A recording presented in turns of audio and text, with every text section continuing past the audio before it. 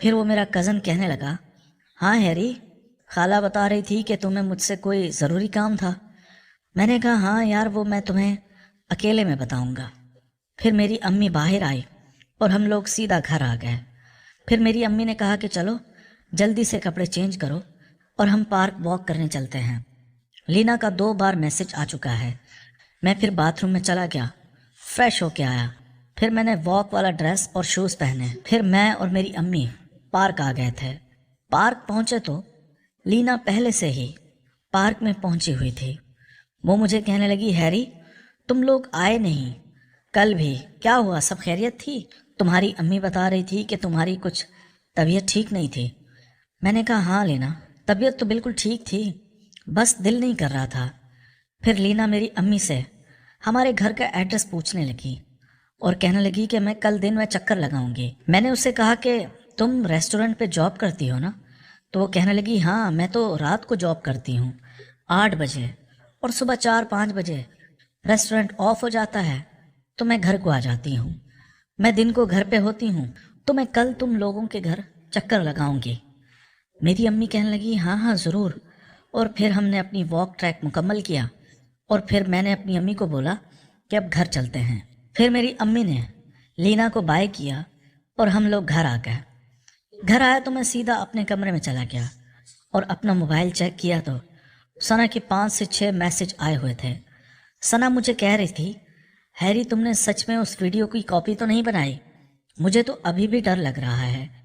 پھر میں نے کہا ثنا ڈرنے کی کیا بات ہے، جو ہونا تھا وہ تو ہو گیا، اور مجھے لگتا ہے کہ تمہیں بھی یہ سب کچھ اچھا لگ رہا تھا۔ تو ثنا کہنے لگی اچھا کیسے لگ سکتا ہے، تم نے تو میرے ساتھ زبردستی کیا ہے۔ اب میں دل میں یہ بھی سوچ رہا تھا کہ ثنا سے پیسے کیسے نکلواؤں، کیونکہ ثنا تو میرے ساتھ ڈر کے مارے یہ کر رہی تھی، اور ڈر کبھی بھی اس کا ختم ہو سکتا تھا۔ وہ دل سے میرے ساتھ یہ نہیں کر رہی تھی۔ ہاں، اگر وہ دل سے میرے ساتھ اس کام پہ راضی ہو جائے تو پھر مجھے پیسوں کی ضرورت نہیں ہے، کیونکہ ثنا خود ہی لاجواب چیز تھی۔ پھر میں نے کہا ثنا مجھے کچھ پیسے چاہیے تھے، تم نے بتایا تھا کہ تمہارے پاس ایک انگوٹھی ہے۔ وہ کہنے لگی ہیری تم نے میرے ساتھ یہ کام بھی کر لیا اور اب تم پیسے بھی مانگ رہے ہو۔ میں نے کہا ثنا ادھار سمجھ کے ہی دے دو، بعد میں لوٹا دوں گا، مجھے ضرورت ہے۔ وہ کہنے لگی ہیری آج کے بعد تم مجھے میسج مت کرنا، میں تمہیں بلاک کرنے لگی ہوں، تمہاری خواہشات کچھ زیادہ ہی بڑھ رہی ہیں۔ یہ سن کے تو میں اور بھی ڈر گیا۔ پھر میں نے اس سے کہا کہ شوق سے بلاک کرو، اگر تم نے مجھے بلاک کیا تو وہ ویڈیو ابھی بھی میرے پاس پڑی ہوئی ہے، کہو تو سیمپل کے طور پہ میں تمہیں بھیج سکتا ہوں۔ اور پھر میں نے اس کا ویڈیو کا چھوٹا سا کلپ اس کو بھیج دیا۔ پھر ثنا کہنے لگی یہ مجھے پہلے ہی پتا تھا کہ تم ایسے ہی نکلو گے، اب تم نے جو کرنا ہے کر لو، میں ساری زندگی تم سے ڈر کے تو نہیں رہ سکتی، فرحان کو بھیجو یا کہیں بھی بھیجنی ہے تو بھیج دو۔ پھر میں نے کہا ثنا میری بات سنو، ابھی تم غصے میں ہو، ٹھنڈے دماغ سے سوچو اور پھر مجھے بتاؤ کیا تم یہ برداشت کر پاؤ گی؟ اگر ایسا ہو گیا تو وہ کہنے لگی تو اور کیا کروں، تم اسی طرح کرو گے، ساری زندگی مجھے ڈرا کے رکھو گے۔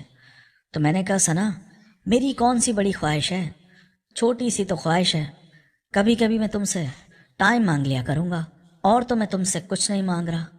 وہ کہنے لگی کہ ٹائم تو میں نے تمہیں شوق سے دیا ہے، اور سچ پوچھو تو مجھے بھی اچھا لگا تھا، لیکن اب تم پیسوں کی ڈیمانڈ کر رہے ہو تو میں کہاں سے لاؤں؟ پھر میں نے کہا ثنا اچھا میں معافی چاہتا ہوں اگر تمہیں برا لگا ہے، میں تو صرف مذاق کر رہا تھا۔ پھر میں نے کہا ثنا نیکسٹ ٹائم کب مل رہی ہو؟ اس نے کہا ابھی میری امی آ گئی ہیں، میں بعد میں آپ سے بات کرتی ہوں۔ میں اپنے کمرے سے باہر آ گیا تو میری امی کچن میں نہیں تھی، ورنہ اس ٹائم کو تو میری امی کچھ نہ کچھ بنا رہی ہوتی ہے۔ میری امی اپنے کمرے میں تھی اور شاید وہ غصے میں بھی تھی۔ میں نے جب پوچھا امی کیا ہوا، آج کھانے کو کچھ نہیں بنایا، تو میری امی مجھے کہنے لگی ہیری تم جاؤ اپنے کمرے میں، آج کھانے کو کچھ نہیں ہے۔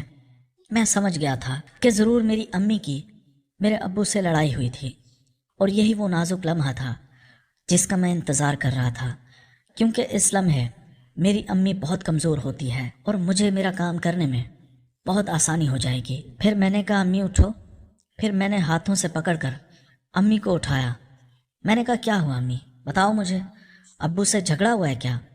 پہلے تو وہ نہیں بتا رہے تھے، پھر میری امی کہنے لگی ہاں تمہارا ابو کہہ رہا ہے کہ وہ آفس کے کچھ کام سے 2 دن گھر کے باہر جا رہا ہے، اس کو پتہ بھی ہے کہ میں اس کے بغیر نہیں رہ سکتی۔ مجھے پتہ تھا کہ امی کس چیز کے بغیر نہیں رہ سکتی، وہ جو رات کو کام ہوتا ہے وہ اس کے بغیر نہیں رہ سکتی تھی، ورنہ سارا دن تو امی گھر پہ اکیلی ہوتی تھی۔